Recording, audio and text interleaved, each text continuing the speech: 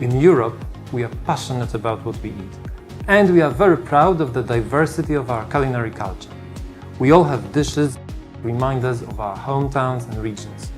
I know that our friends in Taiwan share the same passion for food. There is no better way to learn about the country and its people than by tasting the food. Please introduce yourself to the audience. I am the representative of the Finnish office. I'm Juha Mäkelä, Ma Johan. These kind of big Cubes. Cubes, yes. Okay. I just need to try if the potatoes and carrots are fine.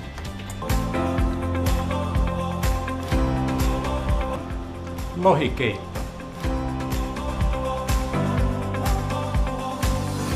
And I'm Adriana, and I'm Jacob's spouse. And we are going to cook the potato pancakes, which is a very usual meal which people in the Czech Republic eat. Now it's time for all the garlic. You slowly adding the flour. Because you want that to stick together so it doesn't fall into many pieces.